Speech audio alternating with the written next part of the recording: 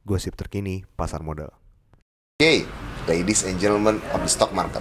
Ya, jadi hari ini gua, Bondan, sama Akmal, kita mau bahas tentang saham yang lagi hot banget nih, apalagi di kalangan anak-anak muda. Rata-rata anak-anak muda di Binarta juga banyak yang daftar IPO. IPO ini nih, saham GoTo. Gimana Mal, menurut lu? Mal, lu kan juga anak muda nih. Menurut lu soal saham GoTo nih gimana? Yang jelas ini IPO tuh menarik banget tapi perlu kita lihat juga nih prospektusnya gimana. Menarik belum tentu kan secara menguntungkan. prospektus itu menguntungkan. Iya. Nanti kita bahas lah di sini secara ringan-ringan aja ya. Jadi gini ya, mungkin kalau dari gue malah GoTo ini kalau kita ngelihat animo masyarakat tuh kan kayaknya orang banyak banget lah yang ngomong ini di mana-mana, di sosmed, di Instagram, di Twitter. Pokoknya di berbagai sosmed itu banyak banget lah yang ngomongin gitu soal saham GoTo ini. Tapi maksud gue gini loh, mungkin ini bagus gitu terutama buat emitennya ya. Maksudnya jadi sahamnya laku gitu. Betul. Cuma kan orang-orang yang mau masuk ini kan pengennya untung ya. Sedangkan menurut gue gini, kalau yang masuk banyakan ini retail, pasti di hari pertama itu pasti banyak yang buang. Tapi gue yakin gue banyak yang beli. Jadi menurut gue ini kita cuman, ini disclaimer, gue nggak ada ajakan buat beli atau apa ya. Gue cuman mungkin ngasih tebakan gue lah gitu. Hari pertama mungkin arah karena ya mungkin agak turun atau gimana, tapi gue yakin masih banyak yang mau beli.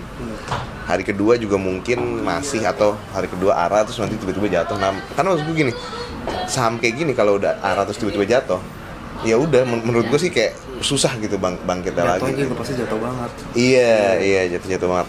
Nah itu kan kalau menurut gue, kalau dari perkiraan kasar ya, nebak-nebak lah. Dan maksudnya ini nggak ada ajakan untuk membeli, menjual, nggak beli atau apa ya. Ini cuma pure pendapat gue doang. Kalau menurut lu gimana Mal? Nah, menurut gue ntar kita harus tahu dulu dia harga penawarannya tuh berapa ya Dana?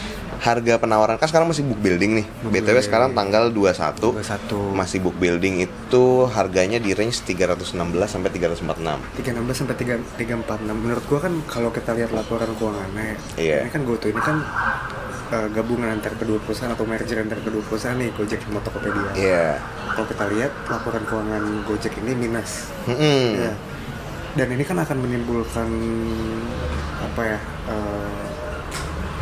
sentimen di masyarakat. Betul. Mungkin sahamnya kurang menguntungkan nih, nanti mungkin pada saat IPO mungkin nggak banyak gitu yang minat, mungkin kayak gitu, mungkin takut turun kan. Tapi ternyata kalau menurut gue ini bisa dimainin sama, nanti kita ngiranya turun atau nggak naik gitu. Iya kan psikologi suka kita begitu. kan. Iya. Psikologi kita main nanti akhirnya dia malah naik, giliran daripada naik dia turun. Iya, ya biasanya begitu. Permainan lah kayak gitu. Betul, ini kan tadi kan kalau lu ngomong GoTo ini merger dua perusahaan kan, Gojek sama Tokopedia.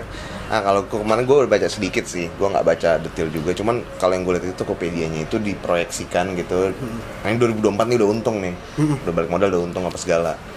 Nah itu Tokopedianya. Kalau Gojeknya, ya dari yang gue baca ya, itu masih belum tahu kapan bakal untung, kapan bakal untung itu belum tahu kapan gitu. Jadi belum bisa diestimasi. Jadi menurut gue ya sebenarnya agak risky sih. Cuman balik lagi, sebenarnya kalau saham-saham teknologi begini mungkin lebih ke gimana lo ngeliat bakal ke depannya nanti gitu. Mungkin gitu sih kalau menurut gue. Menurut lo gimana? Kalau menurut gue sebenarnya kan langkah untuk IPO ini kan balik-baliknya sebenarnya kan untuk modal operasional perusahaan juga. Betul. Tujuannya nanti untuk meningkatin net income pada tahun-tahun kedepannya gitu kan. Ada dana dari investor nih, dana segar mau digunakan apa nih sama Gojek sama Tokopedia. Kalau misal memang nanti bisa dimaksimalkan, menurut gue sih Gojek nggak menutup kemungkinan untuk nyusul Tokopedia di tahun 2024. Benar. Gitu. Karena kan ini udah kedua perusahaan udah gabung, itu nggak tahu lagi loh kalau misalnya yang lo baca tuh Tokopedia kenapa tuh 2024 diproyeksi bisa untung. Kalau lihat dari pendapatan sekarang, kalau dari laporan sekarang nih, nah, seandainya gini-gini aja dengan rate, ya maksud gue kalau Tokopedia kan kita udah nggak ngelihat banyak bakar duit ya, udah nggak ada promo cashback udah nggak banyak. Barusan juga gue beli kasur diskonnya nggak ada gitu. Maksudnya udah nggak ada promo cashback atau apa gitu. Ya maksud gue dia emang udah cari duit gitu Tokopedia. Menurut gue ya. Kalau Gojek ini kayak gue sih masih lihat suka ada voucher gitu-gitu. Gue masih suka lihat lah dia promo atau apa gitu. Gue masih suka lihat. Ya itu kita kalau ngomong dari kehidupan sehari-harinya begitu ya mungkin menurut gue. Ya kalau Gojek emang masih banyak sih. Iya. Masih banyak bakar duitnya buat promosi. Mungkin itu juga yang bikin dia belum bisa diestimasi.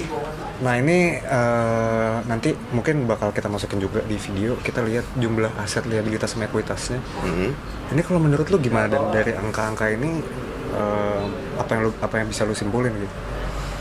Mungkin kalau gue bisa lihat di sini, kita bisa lihat ini utangnya nambah banyak ya, asetnya juga jadinya nambah banyak, equity juga nambah banyak ya. Sebenarnya menurut gue ini sih hal wajar gitu lah, misalnya di perusahaan startup gitu yang dia dapat pendanaan terus ya, kalau secara aset sih menurut gue nggak ada masalah, nggak ada gimana ya. Jadi karena maksud gue ya utangnya nambah tapi equity-nya juga nambah banyak, jadi ya menurut gue sih no problem gitu. Cuman masalahnya apakah bisa untung apa enggak nih gitu, ini usaha nih bisa untung enggak gitu, masalah itu doang sih.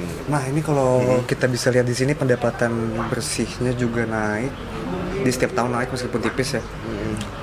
Di tahun 2020 dia turun lumayan signifikan tuh, Dan tadi yang kayak lo bilang liabilitas, tapi ini masih dalam ambang wajar ya, lah iya, menurut gue juga masih wajar, masih sehat. Meskipun nah ini pendapatan bersih juga saya persentase dia ada kenaikan ya kecuali 2020 kan COVID. Iya sebenarnya sih bagus gitu, apalagi tuh maksud gue gini loh, kalau kita nggak ngomongin harga saham dulu ya, maksud gue gini, Gojek sama Tokopedia itu kan sebenarnya menurut gue salah dua leader lah gitu di industri masing-masing ya gitu. Kalau misalnya Gojek tuh di transportasi online kan salah satu yang terbaik, salah satu industri leader ya. Tokopedia juga gue nggak tahu lah nomor 1 per nomor berapanya, tapi yang penting dia sama-sama leading lah gitu. Menurutku sebenarnya sih oke aja lah, bakal ini juga harusnya sih bakal bagus gitu ya. Kalau saham mungkin agak turun dulu atau naik dulu apa gimana gitu. Mungkin gue rasa dari kita berdua itu aja. Jangan lupa like, comment, subscribe channel ini. Thank you.